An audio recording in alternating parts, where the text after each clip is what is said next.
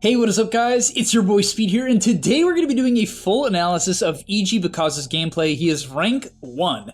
Literally the best player in the world, because he's rank 1 in North America, which means he's most certainly the best player in the world. And we're going to be watching how he goes 18-1 on the Morphling. 18-1! I mean, that's insane. He goes for an Axe build, which is not surprising. He's against the Terrorblade here, which is definitely a pretty favorable matchup for the Morphling. I've seen overall. I will say that the Scotty timing from Terrorblade is not bad. The healing reduction on that timing is pretty good against the Morphling. But the Axe is very good. Turning into Terrorblade, solid. Conjure Image is good. Illusions of Morphling, very, very good. Meta, super strong. Just a good morph. Stealing stats away from the TV, very, very good. He's laning against DP, which tends to be Morphling favored as well, because you can get away from the Spirit Siphons. DP tends to win the lane by chipping you down with Spirit Siphon, but just by morphing around, you can out-sustain it. And so yeah, this is their last pick of the draft. It makes a ton of sense. It's definitely very, very good, this pick here. And yeah, let's get into it. Also, I want to tell you guys that if you've been struggling with solo queue and you're looking to get to the next rank, I'm going to be able to help you. Like, literally, with the gameleap website, I'm going to give you guys guides that are going to make it unbelievably clear on what you need to do. So if you've been stuck in the solo queue grind, you don't know what to do, and you want to become absolutely broken, but like actually you want to become much, much better at Dota, and you want to take it more seriously, the gameleap website is going to help you do that. So click the link down below. I'm going to help you get to the next rank, and I'll see you there. All right, so in terms of starting items, he's going for actually no tangos to start, probably shipping it out on the courier. Yep, shipping out the tangos on the courier, going for 2 mangoes and stick. HP regen and stick are incredible on Morphling. Stick is basically a necessity on this hero because when you shift down to heal, if you can pop your stick after you shift down, you get extreme amounts of value. And when you have a very high effective HP, because he has 6 armor, you get a lot of value out of the HP regen from mangoes. And this hero is very mana intensive, so you're typically going to need the mangoes at some point anyway. So the stat and mango base build is definitely very good. In terms of the early levels, you don't do anything insane. You just try to last hit. You morph down to 380 health, which gives you 64 damage with these items. And when you hit level 2, you go up to 67 damage, and it's generally pretty easy to last hit. You're not going to get too aggressive for the most part, except I say that, but I guess I'm wrong. Okay, he's actually manning up super hard. I mean, Tavo walks through the wave, sort of, right? Tavo is sort of in between the wave here on the Death Prophet, and I guess he just takes that as a sign to get aggressive. On top of that, I don't know where the Tusk is, but he's not here. And so he knows Tusk is not in the area. He sees a bit of an opportunity to get some decent autos on the DP and actually gets to work as he waveforms in. They're not going to kill him, are they? No way. Okay, but they just get really good damage on the DP. DP slightly oversteps and they punish hard. So really good stuff from Pakazs here to actually get great damage on Tavo and really go to town there. From there, the next advantage in this lane that Pakazs will definitely take advantage of is the fact that DP's animation and damage is bad. So you can get a lot of denies typically. She will spam Crypt Swarm to sort of prevent that from happening if they're good, which Tavo definitely is. But for the most part, you definitely can look for denies. He's not dominating the lane at this point. That's certainly not how this lane works. I've seen this lane play out a ton of times. You certainly do not dominate the lane. Like, at least not in the early levels. You do, I mean, he's actually crushing him on CS, which I think him just playing well and honestly Tavo overstepping a little bit because it definitely does not have to be this bad as he's going to skill his W at level 3. Pretty interesting on the 1-1-1 skill build. Not something you see every day. Usually you'll see a second point and attribute shift, but I guess I can see the 1-1-1, right? Maybe this is the most common build because you don't really need the second point and attribute shift after they buffed it to 5 shift rate. It used to be 1. Like, Morphling literally used to have 1 shift rate, which is insane to think about considering it's 5 at level 1 now. It used to be, and then it was buffed to 3 or changed to 3, and then now it's 5, which is definitely interesting. But okay, he's got his 10-6 stick charges, ships out a second set of tangos here, which, okay, guess he feels like he'll just need them to trade with the DP. He's getting towards the point in the lane where typically you can sort of go on the DP, because if she siphons you, you waveform out. And typically, that's a bad idea. The reason why waveforming defensively typically is bad is because it's a long cooldown at 21 and it's 130 mana. However, with Sage's Mask, 2 mangoes, and 11 wand charges now, he's not going to have mana problems. And siphons are a 38 second cooldown. So you're trading a 21 second cooldown for a 38 second cooldown. That's obviously favorable. And so we'll most likely see that come into play at some point as well. So you can basically get aggressive on the DP, which I think is why he buys the Tango, so he can stay at a comfortable range on HP. Oh, he gets the Flag Bearer. That was close. He can be at a comfortable range of HP, and then just get to town, get to work, and go on the DP. We'll see when it happens, though. For now, he's just beating him on CS, which is kind of crazy that he's just dominating on CS. Like, I always kind of feel bad when I'm watching these replays, and I'm like, he's not killing him. He's just beating him by 700 net worth strictly on CS. And don't get me wrong, Morphling is supposed to beat DP on CS, but I don't think it's supposed to be this bad. So Pakazs just showing why he's rank 1. He's just straight up beating him mechanically. As they get aggressive, doesn't even, he didn't even defensively waveform the Siphon. He just understands that King RD on the Tusk is a little bit too far up and takes him out. And this is the thing, most heroes would feel pretty bad about this. They'd be like, oh yeah, I'm 200 health. I'm kind of in a bad spot now. Maybe the DP can zone me out. Morphling, nah, you don't care. You don't care if you get dropped to 200 health. Because the Death Prophet's not going to catch you off guard. She's not going to burst you all of a sudden. Crypt Swarm is level 1 when she's level 3.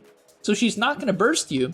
And after he clears these creeps, if he wants, he can shift down and heal up. And that's what he's going to do. He'll pop the Tango, gets given a salve, backpacks his Wraith Band to help out his HP pool a little bit.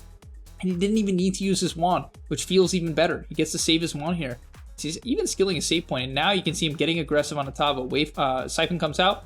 I would have liked to see him waveform. Personally, I think people don't do it because they think they need the whole waveform. I personally think you should. It prevents the DP from healing up because Siphon heals you for 300. It's a ton. So I think people should waveform the Siphons personally. Yes, it doesn't mean you can get gone on, but you're never going to die with 18 wand charges. So that's my personal thing. Then he gets the Morbid Mask to obviously heal up in the lane. Just really good on Morphling because you hit extremely hard and really fast and you have low HP when you shift down. So the Morbid Mask just allows you to trade like a madman. As he aggressively waves form. He's actually aggressively waveforming on Death Prophet. That's why this matchup's favorable. Definitely one of the counters to DP here. As he farms a small camp in the large camp, small creep in the large camp. Pushes out the wave. Goes for what? What does he queue up? Boots? I really like his item build, by the way. It just seems very optimized for the matchup. And he's pushing away the Siphon with the E. Using the strength adaptive strike to push the DP away and cancel the Siphon that way. Fascinating. Really cool adaptation. Not what I would have expected as he shifts down here to clear up the camp. This camp's pretty annoying. It does so much damage. Ugh. Maybe the Trine will Leech Seed to heal him up a bit. I'd be asking for a Leech Seed, personally. Personally, I'd want a Leech Seed. As he gets zipped on here, but he gets the morph off, and maybe he's fine. Oh, the Exo comes out. Okay, Exo comes out, but he's able to push the DP away, and yeah, they burn out the Exo. Looks like maybe C-Smile overextends here. What a Boundless. But okay, for the millionth time, he's going to shift down, pop his wand. You basically shift all the way down to minimum strength, maximum magi. You pop your wand, you use your Morbid Mask, and you heal up. And that's why this matchup's good. Most heroes cannot out-sustain DP. Morphling is one of those heroes, and typically DP will take the tower by now, but once again, against the Morphling, that's not necessarily going to happen. So they're able to get the job done, and they can clear it out, as they're going to push out the wave here. Very nice. And at this point, I think he just knows that without Disruptor ulti, he's not going to die. And this is something you have to be able to do when you're a good Morphling player, which is just know the spell that kills you. In this game, that's definitely Static Storm from Disruptor, so he has to be a bit weary, for sure, about a Static Storm play. For now, we're just going to see some jungling. Definitely, he has to be cautious, as I said, about the fact that the Static Storm could come to bottom. I would imagine the enemy team is looking for that here, because they're probably like, oh, this Morphling's huge, we need to kill him. As it sort of happens here, as we see a big bottom fight happen, and he's considering TPing, because he's pretty strong at this point in the game. He's considering it, but no, he's not going to do it. Another good thing about Morphling DP is you can turn into DP and steal Spirit Siphon, which is like insanely good. It's insanely good. But instead, he lets them take the fight, and he's going to get a free mid-tier 1. Okay, maybe not. TP's in. He's kind of trying to bully the TB off, because he knows the TB's Q does crazy damage to Morphling, by the way. Conjure Image almost makes me think that Terribly is like decent against Morphling. That stuff is insane. But he gets the rune. His mid doesn't need it, so he takes it. Moves to top now. Just identifying that the Primal's bottom. It's just a good map rotation. He gets out of bottom when the Static Storm is coming online. So this is why people are rank 1. People are like, why is this guy rank 1? He dominates the lane. Very clean. Doesn't overplay his hand. Just dumpsters the guy on CS. Takes the trades at the right time. Goes the items that allows him to heal up. Clean. Everything seems to line up. Then from there, he avoids the potential first Static Storm again. He gets half of the mid tower when he can, which is awesome. Taking mid tower is extremely valuable. It opens up so many plays. Then he moves to top when the primal goes bottom. Then he's going to take ancients when he's a little bit weary about... I mean, it's just efficient, but he's also probably a little bit nervous about this disruptor gank. Still, the disruptor has not showed... Well, should have been more nervous. Yeah, what I was saying, it's why I was a little bit skeptical of this Morphling pick. It's actually really bad against Disruptor. Like, Static Storm is such a problem for this hero because it's an instant silence, and it doesn't, you cannot dispel it with Manta. So it's actually one of the hardest counters in the game of Morphling. I was a little bit nervous about the Morphling pick for that reason, but it's fine later on into the game. It can be a problem as he gets run out here. Oh, getting gone on pretty aggressively. Yeah, he'll have to chill. No way they take this fight, surely. He didn't even take a point in his ult. He actually maxed out his W before even maxing his E. He literally went 4, right? He went 4-4-1? No, okay. He didn't go 4-4-1. He put 2 points in it, yeah. So you put 2 points in shift and then you max your W. I've seen this a lot. It does seem pretty good, to be honest. Okay, from there he's trying to work into his Manta, which is important. It lets him purge the reflection from Terrorblade, which is massive. It allows him to purge the silence from the Death Prophet and just farm very quickly. It's also just good stats. You kind of need the stats, like all the stats to better on Morphling. But he'll farm the triangle, very standard in a game where you have to be afraid. Some Morphling games, you can just kind of YOLO into the enemy jungle and take all the camps away from them. This is not one of those games because of the Disruptor, so he has to be a bit more defensive, and that's important. When you're trying to get better at Dota, you have to understand that your farming rotations very much need to align with how hard you are countered, and people don't get that. Like, see people playing Lina, the enemy team will have like 4 jump heroes, and they're just running around hitting towers, and it's like, what are you doing?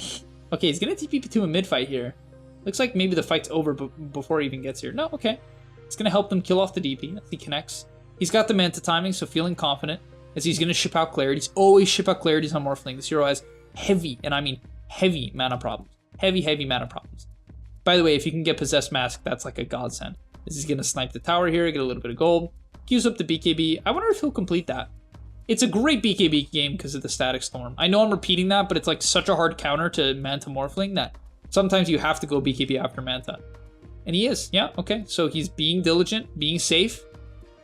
I like it, right? I like it. He's gonna wait for him, Manta the top wave. No way you clear the top wave, way too dangerous this game. As they commit the Static Storm, so now he can have some confidence as he's gonna turn into Tusk, throw out the shards, probably pop Tag Team before switching back into Morphling. You're supposed to. Let's see if he does it here. Oh, he didn't use Tag Team. He should have used Tag Team. Oh, I would have gotten the kill. Damn, that's pretty bad. He should have popped the Tag Team way earlier, so... Not the best execution, as he'll finish off the Tusk kill and disengage. Gets glimpsed. Oh, but gets off the Strength Morph and the TP. What a play. Damn. That's a heads-up TP and a half, as he sells his Wraith Band, which was going to double in 5 minutes, but I guess he just kind of doesn't have the slots for it. It's okay, they're going to take a mid-fight. He could have ran bottom here, I guess. Maybe... He'll probably farm this, spawn Mantis, and then farm Triangle.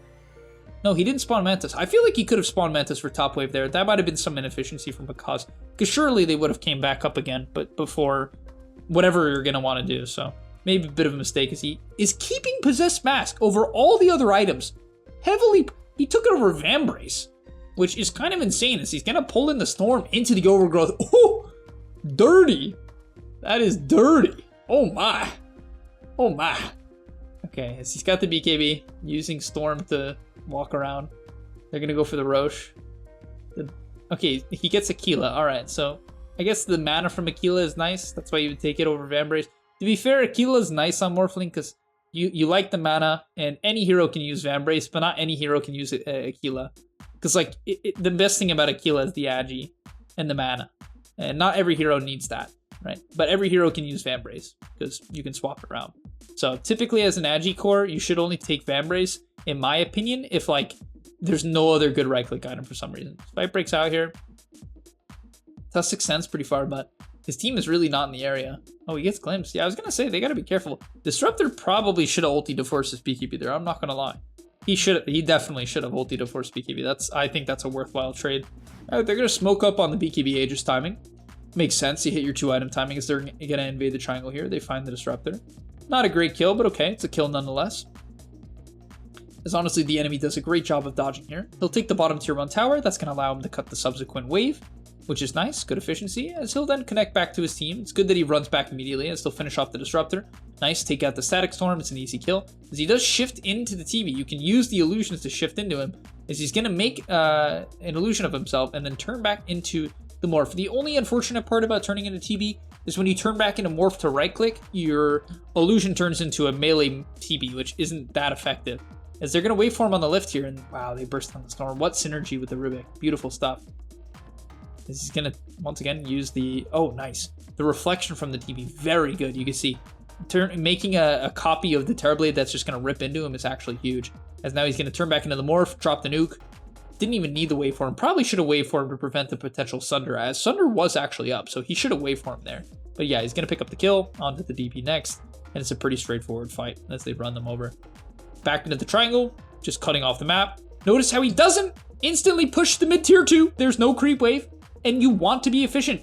His main timing here is the Ags. He doesn't need to hit the mid-tier 2. Notice how he does not put a major priority on it. Yes, taking it's good, but they can cut the wave with the Storm. They can mess with him with the Storm, and instead he can just continue to maintain map control by pushing in bottom, and he can complete his Ags faster.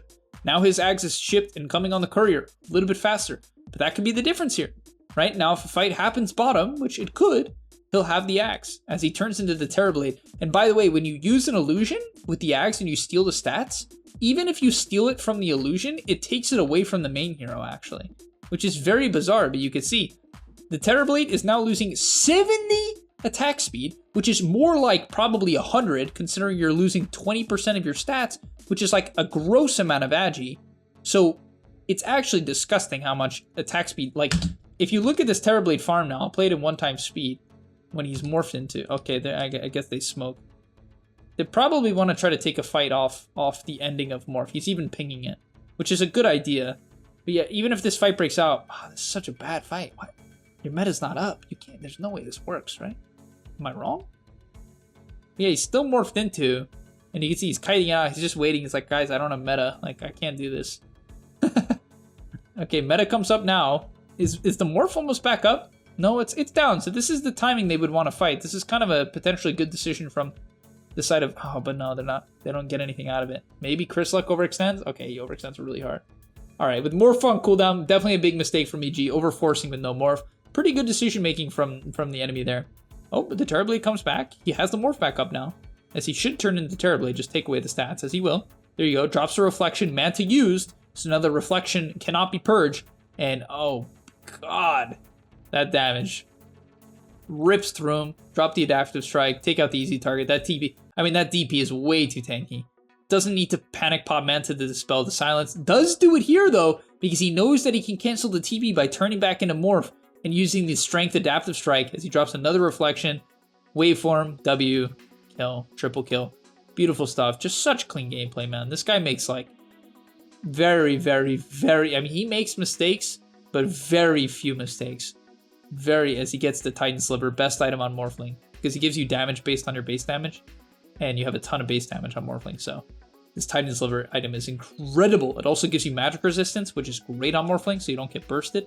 He's going to go for the Scotty here. Great Scotty game. Fantastic against meta TB, because he's a ranged hero. Completely counters DP, gets rid of her healing, and she's a ranged hero, so she gets double slowed. This will turn into the TB illusion once again, destroying his stats. And he's also level 20 now, which gives him waveform attacks targets. As he gets jumped, wow, this is a really psycho play, actually. What is he doing? Is this good? No way. Okay, yeah. I'm like, what? All right, he's griefing a little bit. A little bit of trolling going on here, as they're going to lose the mid tower because of his psychotic gameplay. However, they use the meta and the Exo to try to kill him, which does mean that it's on cooldown now. And even with BKB on cooldown, he knows that the big spells are down. They drop the Static Storm and try to burst him, but he got off the Strength Morph. He's just too fast. And this is something that's really high skill, because he's actually not too fast. He's too smart, is actually the right way to put this, because he doesn't see Disruptor. It's not a reaction thing. It's a foresight thing. He knows the Disruptor can make this play, so you're going to see as he walks up the hill, right before he walks up the hill, he's going to pop Strength Morph. Honestly, he probably even gets a little bit too close. He probably could have popped it earlier. But look, he pops the Strength Morph, anticipating this potential play. He knows that they're desperate. No meta, no Exo. They got to make a miraculous play to win the fight here. This would be that play if he doesn't get off Strength Morph, but he gets it off.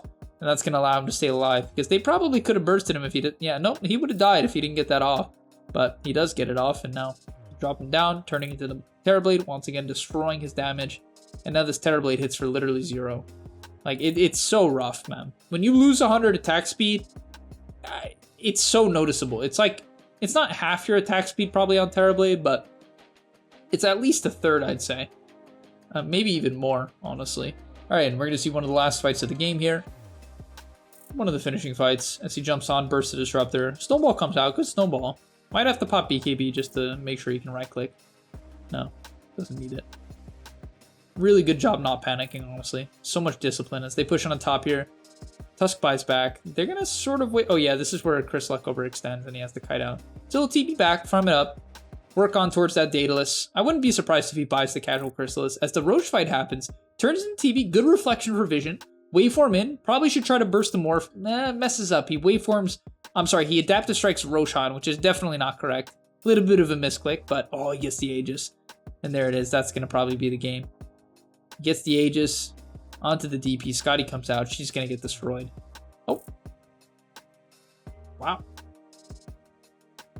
He almost killed himself. This Morphling illusion is insane, actually. What is this? Look at the reflection from the TV. It's actually killing him. That is ridiculous. You actually have to Manta to dispel that if you have it. He didn't have Manta, otherwise he probably would have. Because that is ridiculous. Alright, and this is probably going to be about the end of the game as he gets hit by a Static Storm. Doesn't panic BKB, just so much discipline knowing he doesn't need it there. Maybe he'll do it to secure the DP kill here. No, they're going to wait for him out. Wow, trying to save the Aegis. That's what you call discipline. Monkey King ring used? Oh no, jump comes in. Does he Manta to keep his first life alive? No, he lets the Aegis run out. Okay. Interesting. Lets the Aegis run out. Probably should have turned into the Terrorblade just to steal his stats here, I feel. He'll probably do it now. There you go. Steals the stats of the Terrorblade. And this Terrorblade's attack speed just goes to shit. Like, it's actually nuts. And then you get hit by Scotty, which slows your attack speed even more. And you can't attack.